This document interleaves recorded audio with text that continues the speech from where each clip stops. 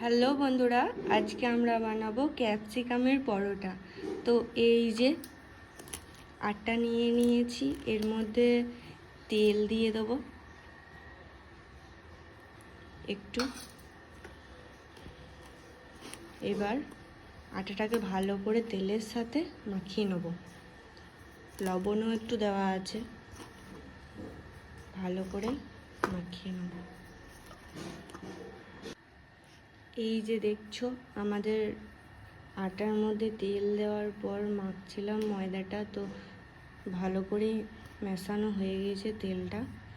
এরপর এর মধ্যে জল দেবো একটু একটু করে,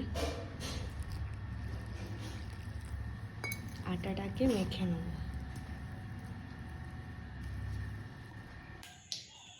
তো আমরা ক্যাপসিকামের পরোটা করবো, সেই জন্য আমাদের আয়োজন শুরু হয়ে গেছে। এখানে আলু সেদ্ধ করে রাখা আছে, তার মধ্যে জিরে লঙ্কা গরম তেলে কড়িয়ে রাখা আছে, আর এই কড়াইয়ে তেল দেওয়া হয়েছে। তেলটা গরম হয়ে এলে আমরা এই কুচনো ক্যাপসিকামগুলো তেলের মধ্যে দিয়ে দেবো, হালকা ভেজে নেব। তেল গরম হয়ে এসেছে, মনে হচ্ছে। এই যে দেখতে পাচ্ছ বন্ধুরা,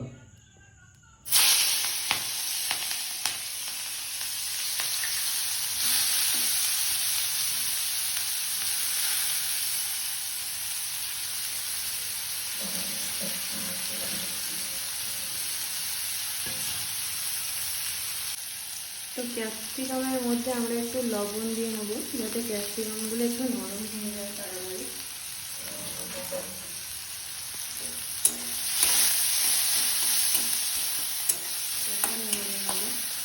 গ্যাসের আস্তে আস্তে কমিয়ে দেবো ফ্লেমটা।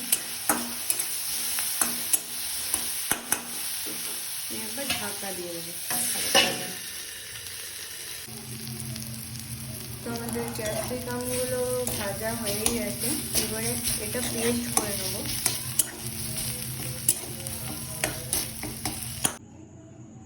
এই যে আমাদের ক্যাপসিকামের পেস্টটা এবারে মাখিয়ে নেব আলুর সাথে।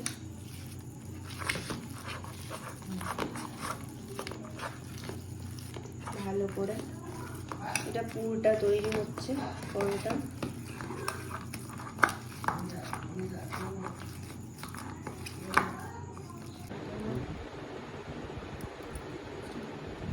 তো বন্ধুরা, এবারে আটাটার মধ্যে পুর ভরা হবে।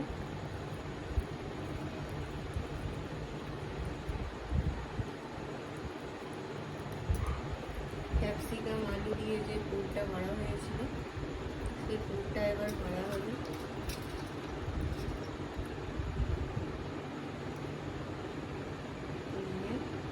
ভালো করে এটাকে ভালো করে দেওয়া হবে।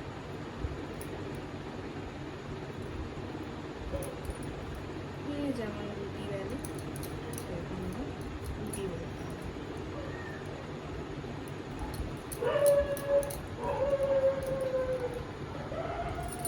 আমাদের পরোটাগুলো সব বেলা হচ্ছে গোল করে, এরকমভাবে প্রত্যেকটা পরোটায় বেলা হয়ে যাবে।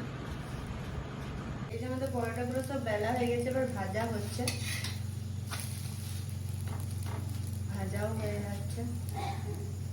আমাদের সব পরোটা হয়েই গেছে, এবারে আমরা টেস্ট করে দেখবো কেমন হয়েছে। এটাই লাস্ট যা দেখতে পাচ্ছ বন্ধুরা, হয়ে গেছে সব কমপ্লিট। কেমন হয়েছে বলো, খেতে কেমন হয়েছে? ভালো হয়েছে, ফাইন।